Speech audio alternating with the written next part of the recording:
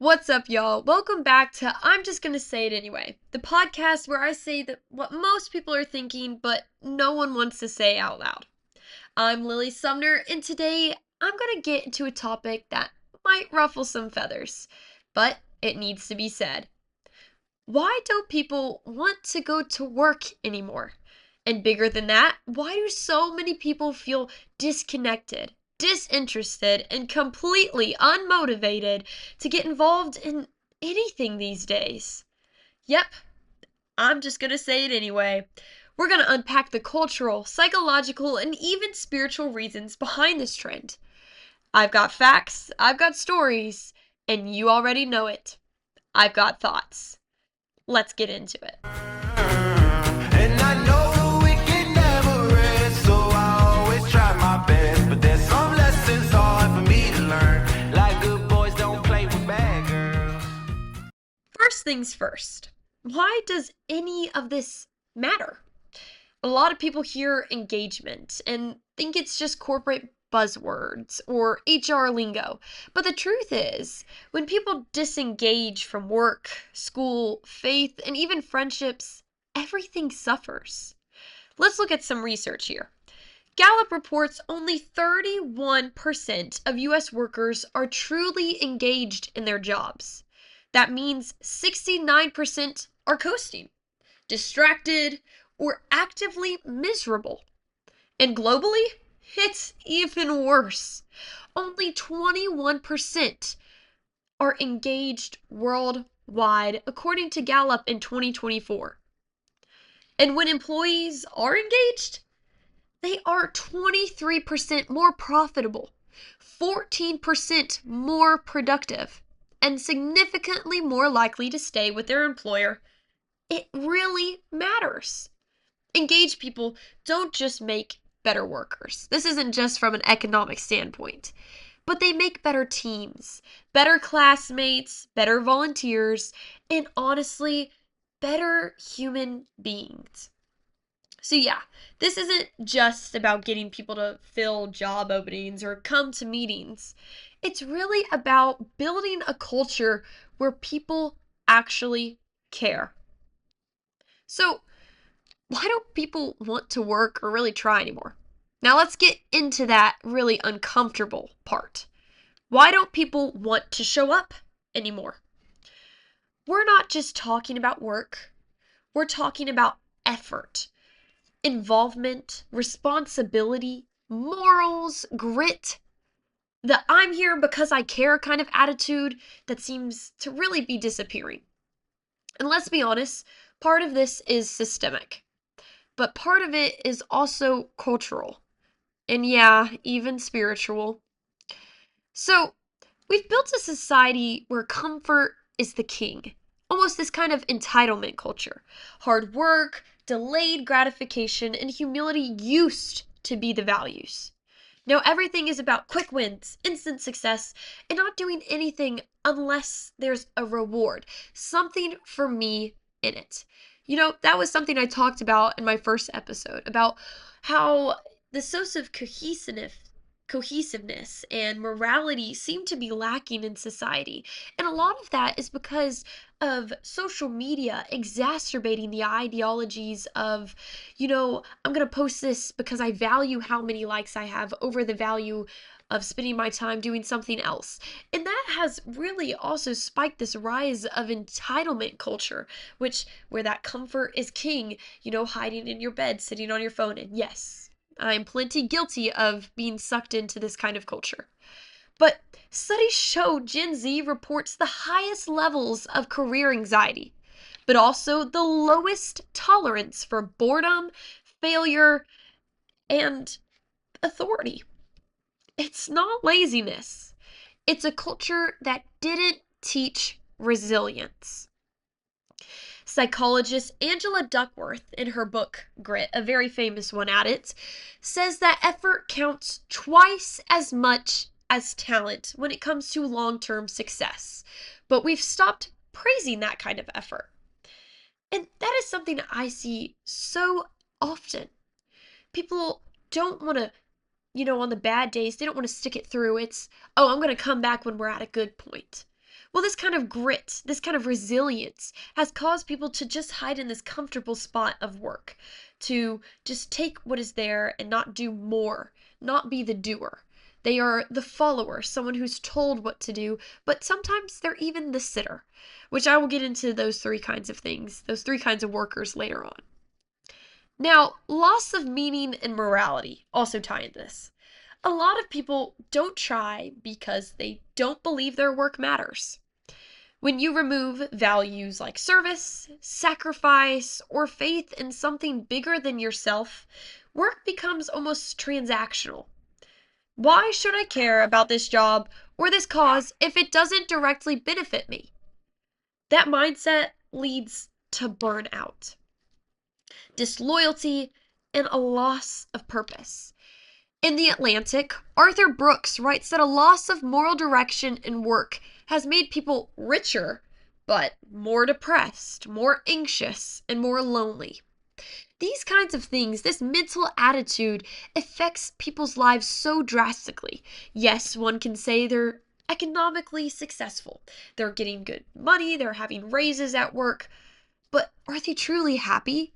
Do they feel they have a purpose, a meaning? So many people that post on social media, they can have one of the most lavish lives, but then come to find out a few days later, they're suffering from depression or having these hard mental moments. And it's because there's not this purpose or fulfillment happening in the workspace anymore. It's all about that transactional kind of motive to go in for the money and come out richer.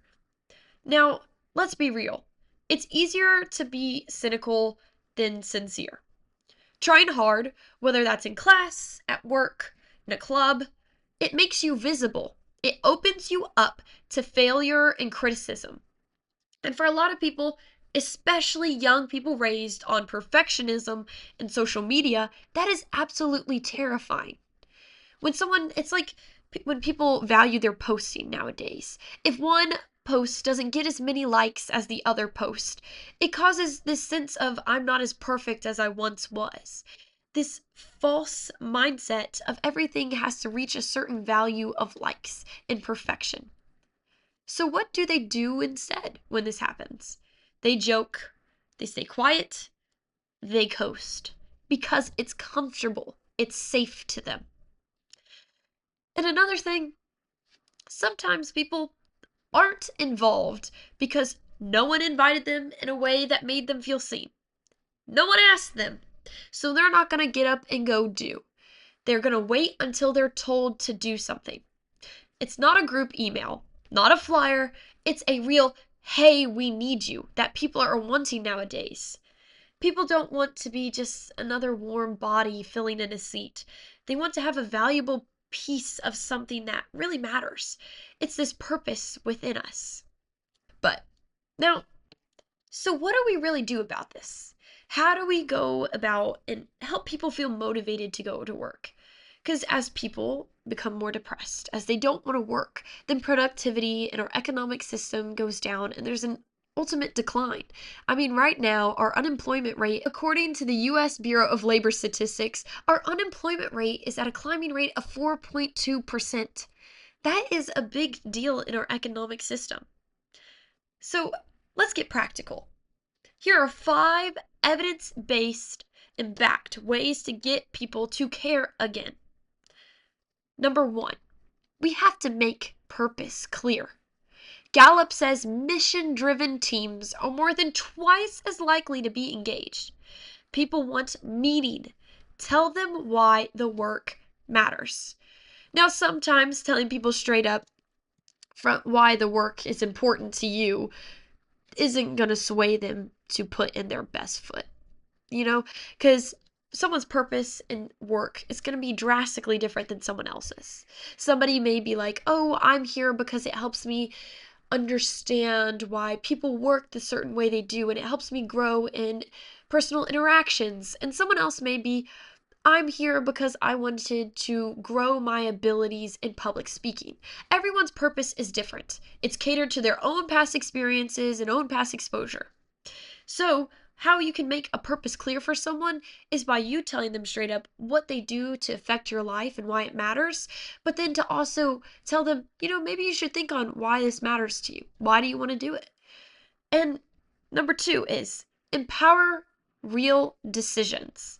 Harvard research shows participative leadership boosts productivity, trust, and retention.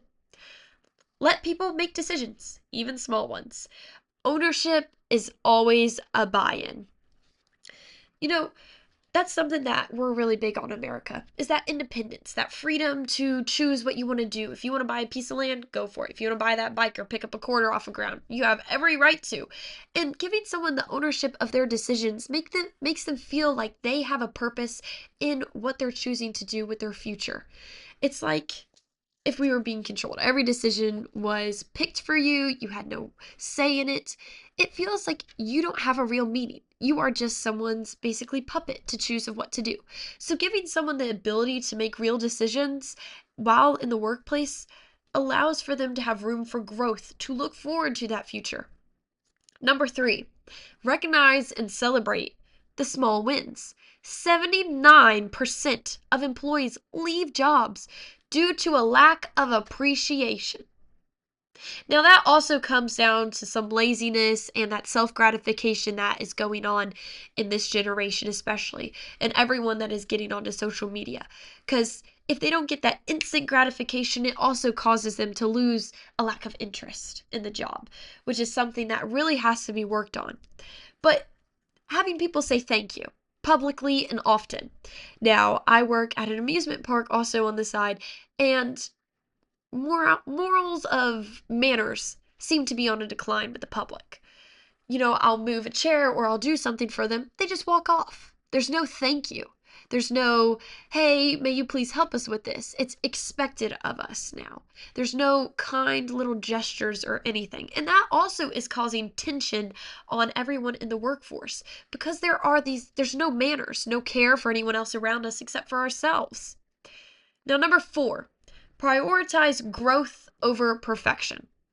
Give people permission to fail while they grow. Model this as a leader. Let effort be enough, and this will build confidence. I know while I was growing up, I have failed and failed and failed. I will be honest with you. I have failed so many times. And the only reason I feel like I have been able to come back from those is because my parents ingrained in me, what did you learn from this? You messed up. Yes, you're in trouble. Go sit in timeout, or we're going to take your phone for a bit. Or at the time I had an iPod, I was one of the cool kids with the iPods. And, they would say, we're going to take this. Yes, that is a consequence of your action, but we want you to reflect on why was this a consequence? What really happened that went wrong? And how can you change that in your future decisions and future actions? And that's what's so important when growing from failure. If you can't have this positive outlook, then you're just going to go right back to where you were and keep that process going over and over. And lastly, number five, model the culture you want. Passion is absolutely contagious. I mean, when you're at a concert and you see everyone jumping up and down, what do you think the people behind you are about to do? They're about to jump up and down because it's a contagious joy, that dopamine that's released by us. So show up, even when no one else does, because people really do follow the consistency. And when you are a leader in a workforce and they see how you're successful and they want to achieve things such as that, your consistency and the way you show up and show out will help them put forth their best foot too. Now, let me tell you something real. Whenever I was in my sophomore year, I was like, I know my purpose, I know my passion, I'm ready to get in this workforce. And so many of my peers didn't feel as prepared. We had AP classes and dual credit classes to line up. And I was like, well, how do we figure out basically our whole life, it feels like, in our high school year, so then things in college aren't as expensive? Because tell me why does it cost like $500 for one semester to take an Excel class on how to use Excel sheets? Like things like that. It's insane. But like helping students line up APs and dual credits, it's a huge deal because then that can cancel out so many expenses that come along in college. And along my time of I was getting all this experience, all this exposure, being involved in about 25 plus clubs, having my own nonprofit, I really found my place and my purpose because of gaining experience and exposure. But so many of my peers didn't. They felt clueless, they felt lost, and they still do at times. But that's why I founded the program PEEP. Find your purpose through experience and exposure with passion. It's a 13-lesson program in development to help students find what career they really want to pursue. It's to help them line up APs and dual credit classes. Make sure to go visit our website on www.findyourpeep.com. If you have any questions, feel free to email us and we will help you guys on the journey of finding out what your purpose is. But that's also why it's so important. Through your entire life, your past experiences, the things you are exposed to, shape you so much in your decisions. And now, all these people growing up, it's a huge deal, especially on social media now, for women to climb that corporate ladder before it's too late. Do not settle down and have a family. That's going to ruin it all. You'll never ever achieve your dreams. It's all of these different trends, basically, you could say, that are being fed to society through that social media that are causing people to feel like you need to go in for the money. You are going to fail. Like, I understand at times our economic system will get tight. That's how it is for everyone at least one point in their life. It's, well, for the people I know. I cannot attest to everyone. But especially going into my college year, I feel my freshman year of college, I feel like money's tight. But that's how it is. And so sometimes having that positive mindset and being passionate about your work will do so much more for you than just looking for that pretty dollar sign on a work. That's how it goes, though. We need to feel like we have a reason to our actions, a reason to get up in the morning. And no matter how bad work gets, yes, to an extent, someone should probably leave the workforce if it does the workplace if it does not align with their morals, their views, and what they want to be working with. But things are going to get hard. They are going to get uncomfortable. And that is how life goes. Those uncomfortable and hard situations are the ones that teach us the most. We have to look inward, ask ourselves, what do I learn from this? How can I grow from this? And how can I go? We need to stop telling kids when it gets hard, just run away. Because a lot of times that's what's been being pushed, especially on social media. I see it all the time of, oh, if it gets hard in a relationship or with a friend, just leave them. Don't try to fix it. You know, don't do anything. Just walk away. Because that's what we're told is easy and the best way to get out of things. Because the easy way is what we're being taught currently is the right way. Now, if you're listening and wondering, really, how do I start all this? Here's your checklist. If you're a leader, invite personally, coach privately, and praise publicly. Let them know what they're doing good. Tell them where you think their strengths and their weaknesses are, because that blunt truthfulness is what's going to further them so much in understanding themselves. If you're a teammate, be the one who sets the tone. Enthusiasm is leadership. Not saying every sheep in the flock is going to follow and have that same enthusiasm, but it will help spark and set a trend for how you should be working. If you're burned out, I have obviously been here. It is horrible to feel burned out. Ask yourself not what you're doing, how much you're doing, how many hours you work, but why you're doing it. Find your why in your actions. What makes you feel like you're having this fresh breath of air in your lungs? What makes you feel so enraged sometimes? I know sometimes when I realize I have a passion for advocacy or something to advocate for, I always there's at points I feel enraged by it. There's different emotions you could almost tie to it. It's a happy feeling, it's an angry feeling, it's a sad feeling. But find why you're so passionate about it. Find why it makes you tick. The why is so important to understanding yourself. And if no one has made it really clear yet, your effort matters. Your showing up does make a difference. Now, one thing I think is so important to mention is this mindset that we are being fed. You know, everyone's being told that The more likes you get, the better, because that value is being placed upon it. We need to start valuing our mindset in the way we work more. Now, there's this one thing I learned my freshman year. I was a part of FBLA, Future Business Leaders of America, and I was doing public speaking. And at the time, we could pick kind of whatever topic that lied in the FBLA goals that we really wanted to. And I really liked the idea of self-confidence. And I really wanted to research it. And one of the best things I have ever learned is called the self-fulfilling prophecy. Now, I always shorten it to help me remember it into an acronym called BEBR. So, the first B is your belief. If you believe, let's put us all in a position of we're going to work. We believe that tomorrow is going to be a horrible day. It's hot. You got to work outside, let's say, all day.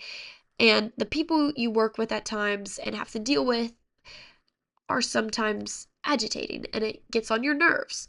Well, so you're believing that tomorrow is not going to be a good day. So then that's immediately going to go into your expectation. You expect that tomorrow is not going to be the best. So your belief immediately affects your expectation. You set this tone for the day, not at 100% of it's going to be the best day of my life, but more at this 50% capacity as it's going to be kind of an annoying day. So then you expect that. So then you're going to act upon that expectation. So you're going to behave that way. You're going to act like, today's not going to be the best. I don't need to put forth all my effort. I'm just going to chill and coast. Stay in that comfortable spot because what do I get out of it if I try to make this day at work any better? I'm getting the same pay. I'm getting all this, So then, in the end, that affects your results. BEBR. Your belief affects your expectations, your behavior, and then your results. Everything ties together with your mindset. You have to find what you're passionate about. If you go in, and let's say today was the worst day for me to be working on anything with this podcast, I'm believing it. I expect it to be bad. I'm not going to act that way, and my results are going to be affected so heavily. And that happens so often with people in the workforce. I understand everyone's not going to have their dream job for the entire time that they work. But if you can look at what you can learn from every single thing you are exposed to and experience, it will put you so far ahead at knowing who you are and what your passion is. So really, how do we get people to work and to actually care? We stop expecting passive participation. Participation trophies have really ruined everything. We stop shaming people also for checking out.